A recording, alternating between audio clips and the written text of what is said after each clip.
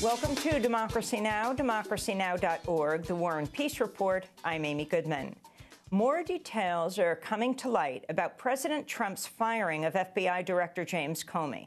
The New York Times is reporting Comey's dismissal came just days after he asked the Justice Department for more resources to expand the Bureau's investigation into Russia's meddling in the presidential election.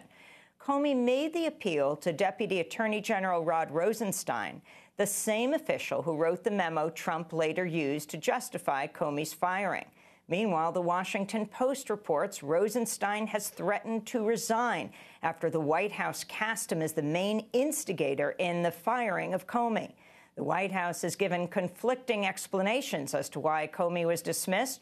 Privately, White House aides say Trump was infuriated by Comey's recent congressional testimony about the FBI probe into Russia. But during a press briefing on Wednesday, Deputy White House Press Secretary Sarah Huckabee Sanders accused Comey of committing atrocities while investigating former Democratic presidential nominee Hillary Clinton's use of a private email server.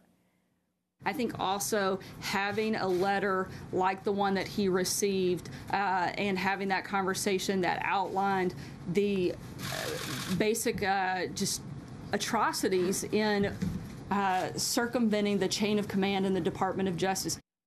On Capitol Hill, Senate Majority Leader Mitch McConnell has rejected calls from Senate Democrats for a special prosecutor. Meanwhile, Senate Minority Leader Chuck Schumer warned Comey's firing is part of a troubling pattern. This is part of a deeply troubling pattern from the Trump administration. They fired Sally Yates. They fired Preet Bharara. And now they fired Director Comey, the very man leading the investigation. This does not seem to be a coincidence. In his first public comment since his dismissal, former FBI Director James Comey urged agents at the FBI to remain, quote, a rock of competence, honesty, and independence. In the letter, Comey went on to say, quote, I have long believed that a president can fire an FBI director for any reason or for no reason at all. I'm not going to spend time on the decision or the way it was executed. I hope you won't either, he wrote.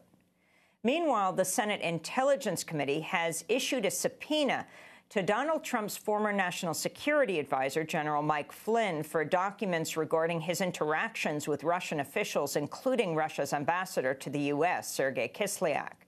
Senate investigators have also sought documents from Trump's former campaign chairman, Paul Manafort, former campaign foreign policy advisor Carter Page, and former advisor Roger Stone. These developments all occurred on the same day that President Trump hosted Russian Foreign Minister Sergei Lavrov and Russia's Ambassador Sergei Kislyak at the White House to talk about Syria and other issues. Politico reports Trump invited Lavrov after a request from Russian President Vladimir Putin.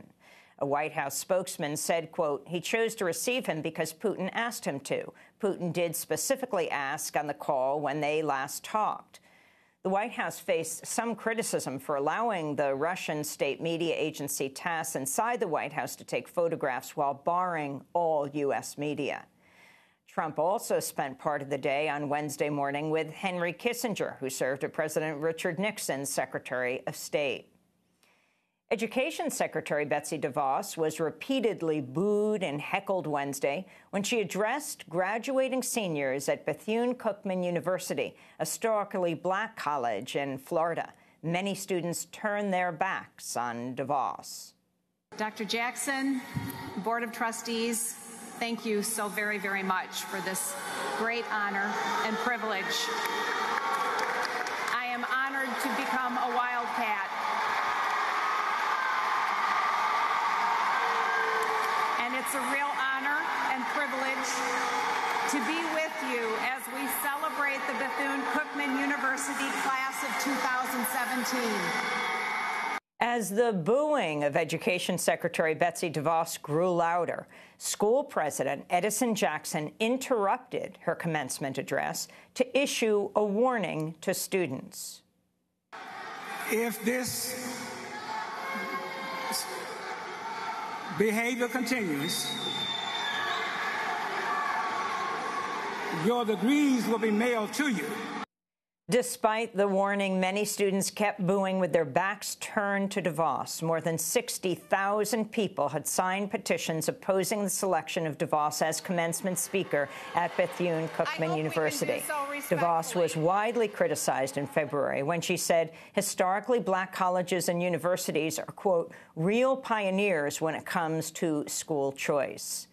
Health and Human Services Secretary Tom Price has defended the recent arrest of a journalist in West Virginia who attempted to ask him a question in the hallway of the West Virginia state capitol. Dan Jae-in of Public News Service was arrested and jailed on $5,000 bail after he repeatedly asked Price whether domestic violence would be categorized as a pre-existing condition under the new Republican health care plan. On Wednesday, Price said the arrest was justified. I want to commend the West Virginia Capitol Police. They did what they felt was appropriate. We thank them for the work that they do. It's important to appreciate that gentleman was not in a press conference. We were walking down a hall, and the Capitol Police acted as they felt necessary, and I would refer any questions to them. The reporter's name is Dan Hyman. In other news from Washington, the head of the Census Bureau has unexpectedly resigned, just as the department prepares for the 2020 census, which will determine how many seats each state gets in Congress. John Thompson had served in the post since 2013. In a surprising victory for environmentalists, the Senate has rejected a resolution to revoke an Obama-era rule to limit methane emissions from oil and gas production on federal lands. Methane is a powerful greenhouse gas directly linked to global warming. 3 Republicans voted against the bill: John McCain of Arizona, Lindsey Graham of South Carolina, and Susan Collins of Maine. In other environmental news, the North Carolina House has voted 74-40 to override Governor Roy Cooper's veto of a bill that would have shielded factory farms from damages brought by residents sickened by hog farms. The bill now goes to the North Carolina Senate. Residents have long complained about pork producers who collect billions of gallons of untreated pig feces and urine in cesspools, then dispose of the waste by spraying it into the air. You can go to our website, democracynow.org, to see an extended discussion about factory hog farms in North Carolina. A new study is predicting Glacier National Park will be glacier-free in the coming decades. In the late 19th century, the park, which is in Montana's Rocky Mountains, had 150 glaciers. Today, the number is down to 26, and many of those are rapidly shrinking. In South Korea, Moon Jae-in has been sworn in as the country's new president. In his inaugural address, the former human rights lawyer vowed to bring peace to the Korean peninsula. I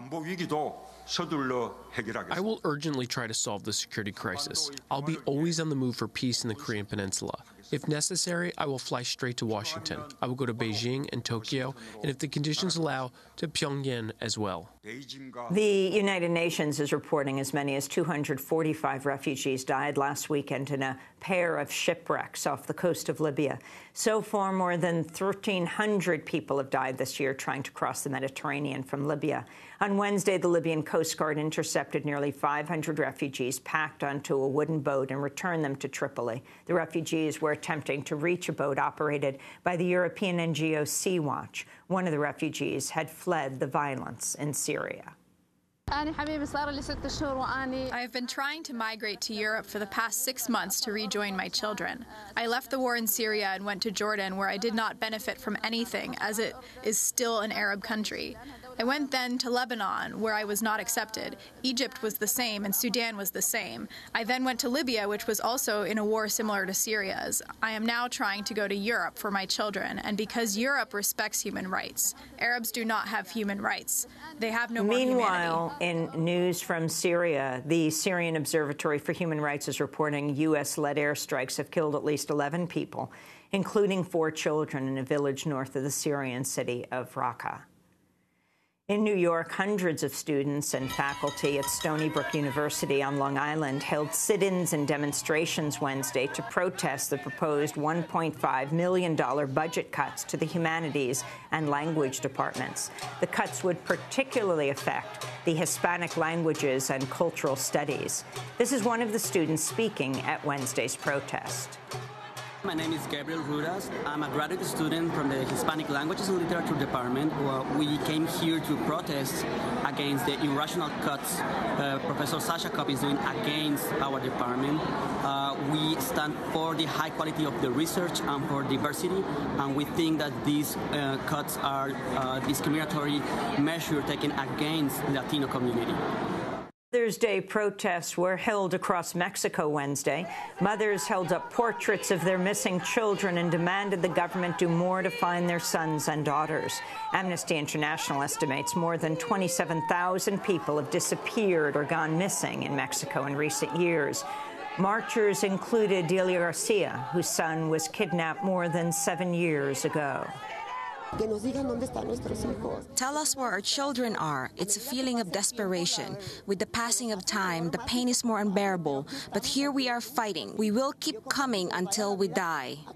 And in New Orleans, city officials removed a statue this morning of former Confederate President Jefferson Davis. This marks the second Confederate monument to come down in the city after a city council vote in 2015. And those are some of the headlines. This is Democracy Now!, democracynow.org, The War and Peace Report. I'm Amy Goodman. We're broadcasting from Seattle, Washington.